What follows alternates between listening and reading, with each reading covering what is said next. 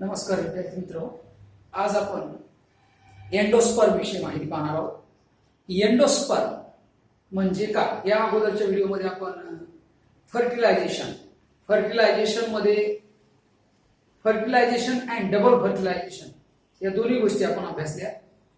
Double फर्टिलायझेशनचे significance बाकी होते. तुमच्यासाठी एक होमवर्क हे चालू ठेवायचं आहे.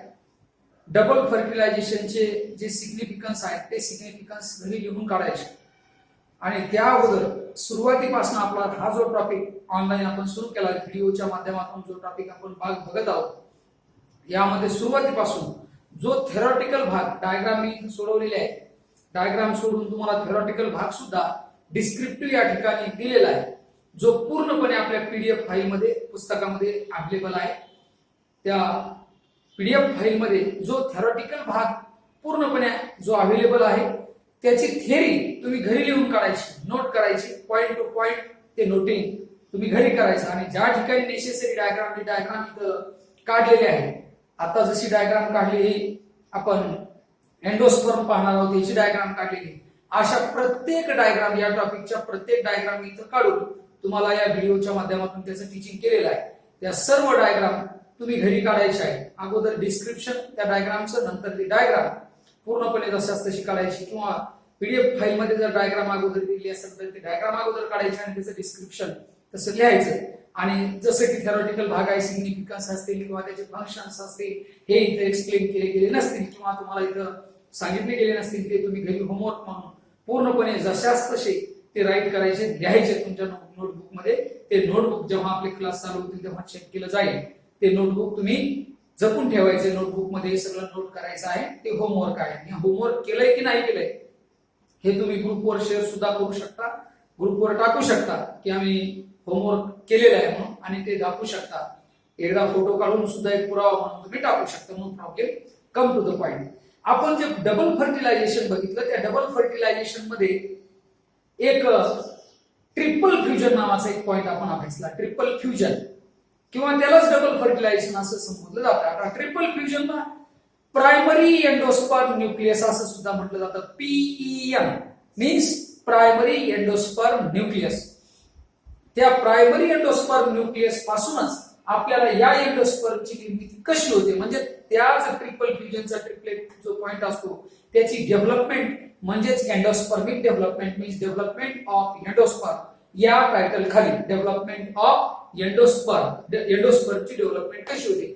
आता एंडोस्पर्मची डेव्हलपमेंट आपण पूर्णपणे पाहूया, पण एंडोस्पर्मची डेव्हलपमेंट होण्या अगोदर या एंडोस्पर्मची निर्मिती कशी झाली अशी शंका विद्यार्थ्यांच्या मनामध्ये येऊ शकते. म्हणून आजपर्यंत झालेला जो भाग आहे डबल फर्टिलायझेशन मध्ये आपण बघितलं, फर्टिलायझेशन मध्ये एक सेल आणि स्पर्म म्हणजेच पोलन ट्यूब मधील न्यूक्लियस, एक cell which is present in to the pollen शाक.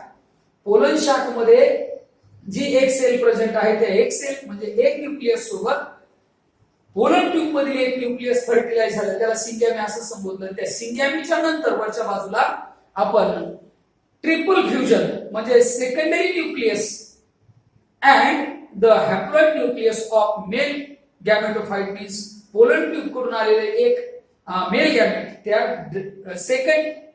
सेकंडरी न्यूक्लियस सोबत रिॲक्ट होणे, त्याला ट्रिपल फ्युजन म्हणतात.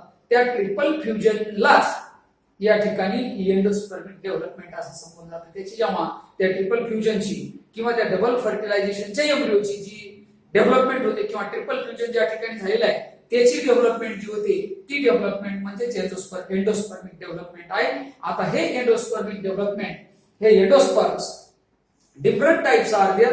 Generally the endosperm is nothing but the development of triple fusion means triplet PEN primary endosperm nucleus. त्या triple fusion किंवा triplet असणाऱ्या primary endosperm न्यूक्लियसची जी development आहे त्यालाच एंडोस्पर्मिक डेव्हलपमेंट असं संबोधलं जातं. मग ही एंडोस्पर्मिक डेव्हलपमेंट सर्वसाधारणरित्या आपल्याला बघायला मिळेल. एंडोस्पर्मची डेव्हलपमेंट ही 3 भागामध्ये झालेली आहे. 3 प्रकारची डेव्हलपमेंट आपल्याला पाहायला मिळते, जसं की मोनोकॉट आहे, डायकॉट आहे. मोनोकॉट वनस्पतीमध्ये वेगळं, डायकॉट वनस्पतीमध्ये वेगळं. या संदर्भानं वेगवेगळ्या फॅमिलीज किंवा वेगवेगळ्या ज्या प्रजाती वनस्पतींच्या आपल्याला इथे पाहायला मिळतात त्यांच्यामध्ये वेगवेगळ्या प्रकारचे एंडोस्पर्मिक फॉर्मेशन आपल्याला पाहायला मिळतं. Generally 3 types of endosperm are develop in the plant. वनस्पतीमध्ये जे एंडोस्पर्म डेव्हलप होतात त्यांचा जो विकास होतो तो 3 प्रकारे होत असतो. त्याविषयी आपण सुरुवात एंडोस्पर्मिक डेव्हलपमेंट मध्ये first of all the nuclear development असं आपण समजून म्हणजे या ठिकाणी पहिल्यांदा पाहूया. न्यूक्लियर एंडोस्पर्मिक डेव्हलपमेंट किंवा nuclear type of endosperm. There are 3 kinds of endosperm. 3 प्रकारचे एंडोस्पर्म आहेत. एक nuclear endosperm, number 2 cellular endosperm आणि number 3 helobial endosperm. Listen, what is this 3 types? या काय आहेत 3 टाइप्स म्हणजे कशासाठी एंडोस्पर्मचे 3 टाइप आहेत? त्यांची डेव्हलपमेंट वेगवेगळी आहे आणि 3 वेगवेगळ्या प्रकारचे एंडोस्पर्म आहेत. म्हणून आपल्याला 3 टाइप एंडोस्पर्मच्या डेव्हलपमेंट मध्ये आपल्याला या ठिकाणी कंपॅरेटिव्हली स्टडी करायचं आहे. Listen, nuclear endosperm, development of nuclear type of endosperm मध्ये यांची डेव्हलपमेंट नेमकी कशी होते बघा. Listen and look here. इकडे जरा लक्ष द्या डायग्राम कडे. याला झायगोट किंवा उस्पेअर असं नाव दिले.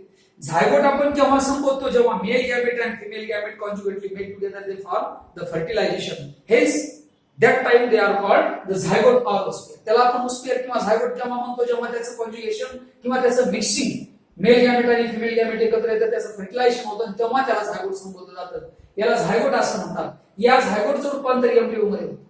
आता झायगोटचं रूपांतर एम्ब्रिओ मध्ये होत असताना ट्रिपल फ्युजन असणारे किंवा ट्रिपलेट जे काय स्ट्रक्चर आहे 3 नंबरचं स्ट्रक्चर ते या ठिकाणी त्याची डेव्हलपमेंट होते. ही डेव्हलपमेंट न्यूक्लियर टाइपची डेव्हलपमेंट आहे. आता न्यूक्लियर टाइपची डेव्हलपमेंट म्हणजे नेमकं काय? The nucleus of the zygote multiply and divides, means divides and multiply, but the wall of the cell cannot form. म्हणजे फक्त केंद्रकाचं विभाजन होतं आणि ते केंद्रकाचं विभाजन त्याची जी काय बाउंड्री असते त्याची जी काय वॉल असते त्या सेलला जी वॉल असते ती वॉल निर्माण करत नाही. ऍज इट इज फक्त न्यूक्लियसची डेव्हलपमेंट होते. न्यूक्लियसचं विभाजन होतं. न्यूक्लियसची सर्वसाधारण त्याला डिव्हिजन असं म्हणतो, डिव्हायडेशन म्हणतो. ते डिव्हायडेशन किंवा त्याचं डिव्हिजन या ठिकाणी झालेलं पाहायला मिळतं. मात्र सर्वांसाठी एकच सेल वॉल असते. एकच सेल वॉल असते. न्यूक्लियस अनेक असतात. याला nuclear type of endospermic development असं संबोधलं जातं.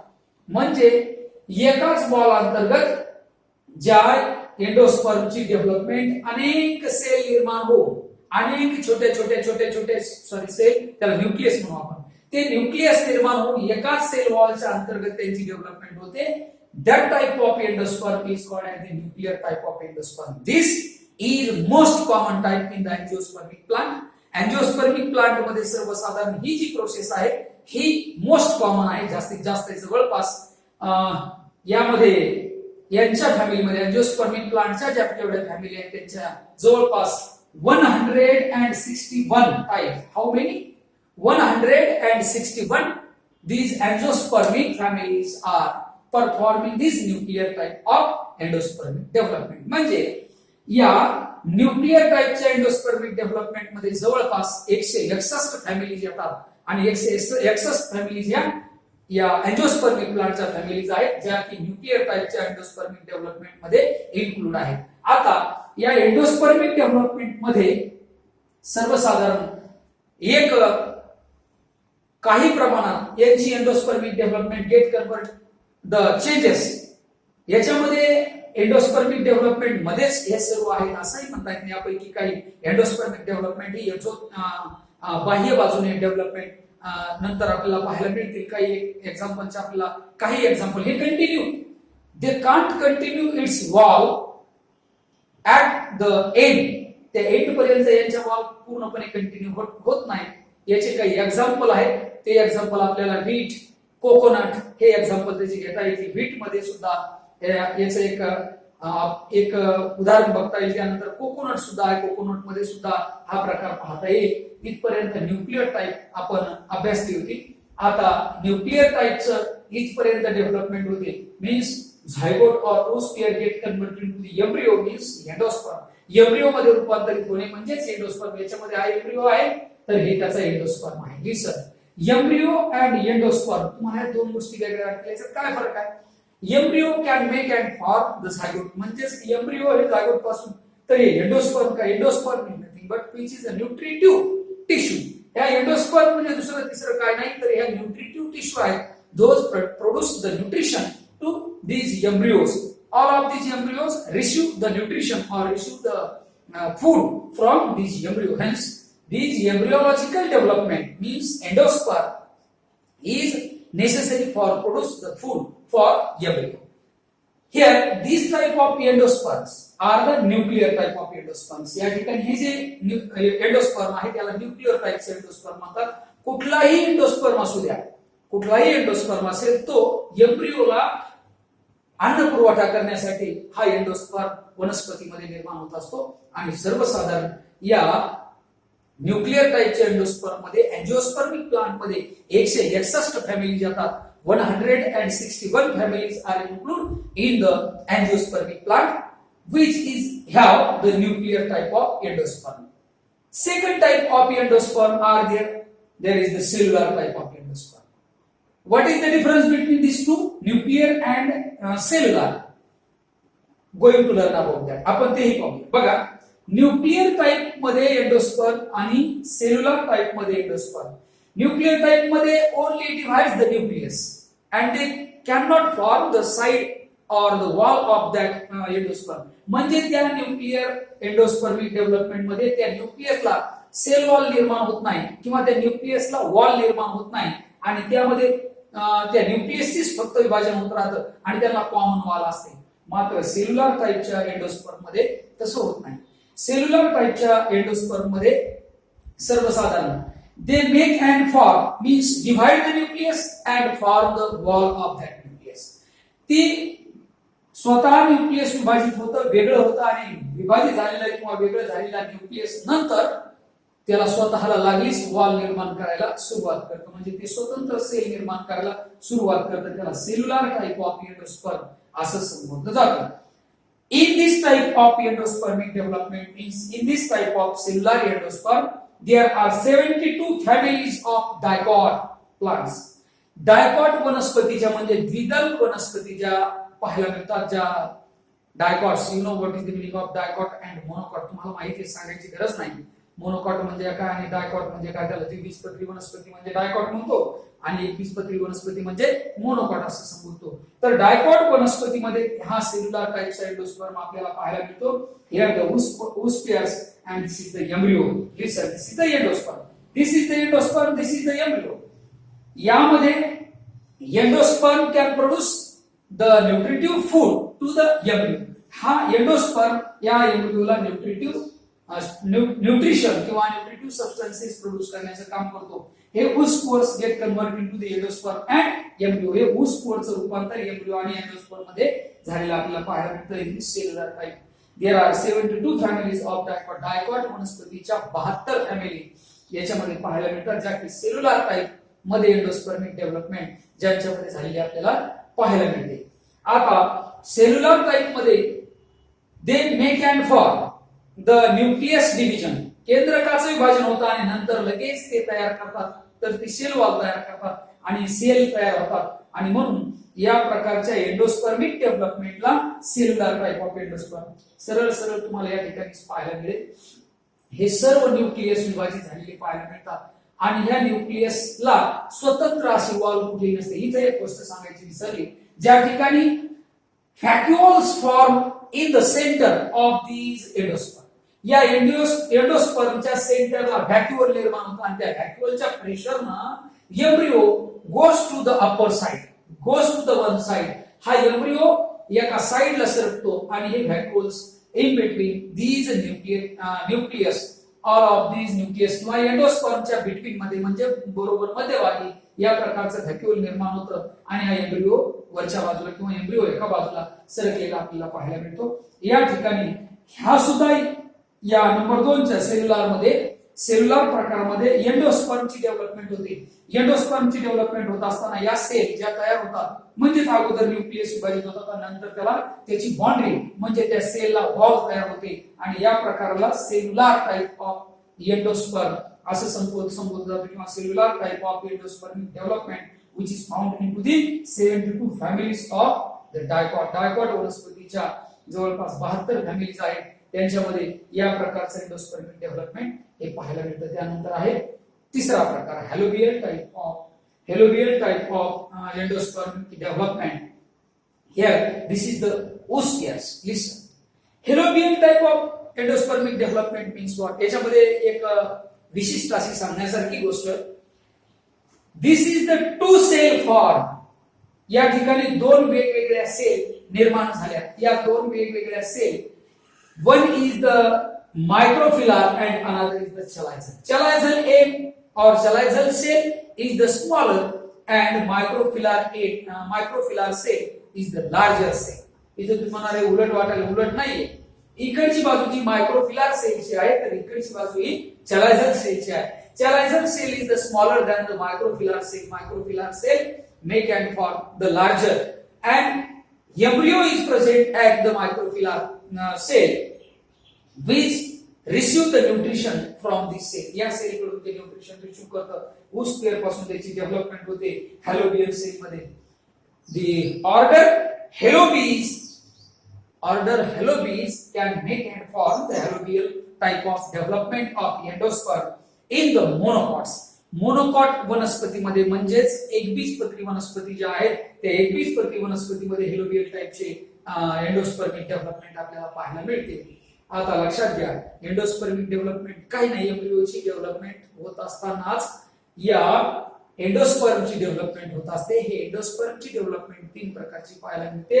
अँजिओस्पर्मिक प्लांट मध्ये जास्तीत जास्त 161 अशा प्रकारच्या फॅमिलीज या पाहायला मिळतात की ज्या न्यूक्लियर टाइपच्या फॅमिलीज आहेत अँजिओस्पर्मिक प्लांट मध्ये.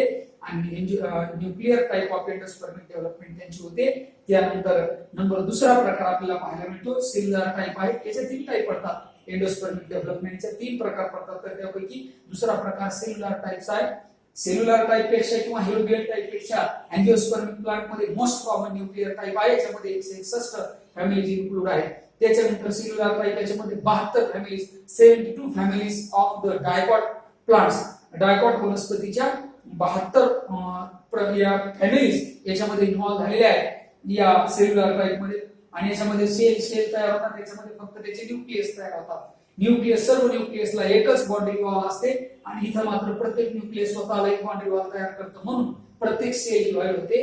असं आपल्याला म्हणून त्याला सेल्युलर टाइप म्हणतात. मात्र या ठिकाणी हेलोबियल म्हणजे दोन वेगवेगळे दोनच सेल एकाच पासून बनलेले दोन वेगवेगळे सेल पण त्याच्यामध्ये अनेक न्यूक्लियस. आता इकडची एक सेल त्याच्यामध्ये वेगवेगळे न्यूक्लियस, इकडची एक सेल त्याच्यामध्ये वेगवेगळे न्यूक्लियस.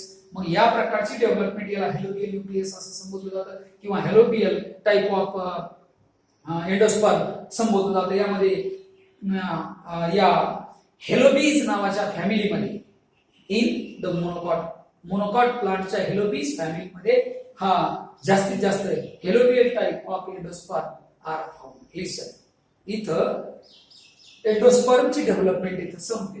होमवर्क घरी बघायचं. मी आज काळजीपूर्वक तुम्हाला सांगतोय की आपला टॉपिक रिप्रोडक्शन इन प्लांट या सुरुवातीपासून हा टॉपिक आपण ऑनलाईन सुरू केलेला नवीन टॉपिक होता आणि नवीनच सुरू केलेला आहे. या सुरू केलेल्या सुरुवातीपासून तर आजपर्यंत किंवा इथून पुढे शेवटपर्यंत पूर्ण होमवर्क तुम्हाला मी सुरुवातीला सांगितलेलं आहे क्लास सुरू होण्या अगोदर की आपण आपलं रजिस्टर स्वतंत्र करणं, त्या रजिस्टर मध्ये याचं होमवर्क पूर्णपणे कंप्लीट करणं गरजेचं आहे. मी आजपर्यंत दिलेले पूर्णपणे व्हिडिओ व्यवस्थित पूर्णपणे बघायचे आणि याचं रजिस्टर मेंटेन करायचं, याच्या नोट्स मेंटेन करायच्या. या टॉपिकच्या शेवटी आपली एक टेस्ट होईल. ती टेस्ट सुद्धा ऑनलाईन होईल आणि त्या टेस्टसाठी तुम्हाला तुमच्या नोट्स तुमच्याकडे हार्ड कॉपी मध्ये असणं गरजेचं. तुम्ही तुमच्या हँडरायटिंग मध्ये लिहिलेले असणं गरजेचं आहे अभ्यासासाठी. म्हणून हे लवकरात लवकर तयार करायला सुरुवात करा. डायग्राम सहित तुमच्या नोटबुक मध्ये हे सगळं आपल्याला पाहायला मिळालं पाहिजे किंवा ते अभ्यासाला मिळालं पाहिजे. Okay, here complete the endosperm. Remaining part we have study tomorrow or next video. Okay, thank you.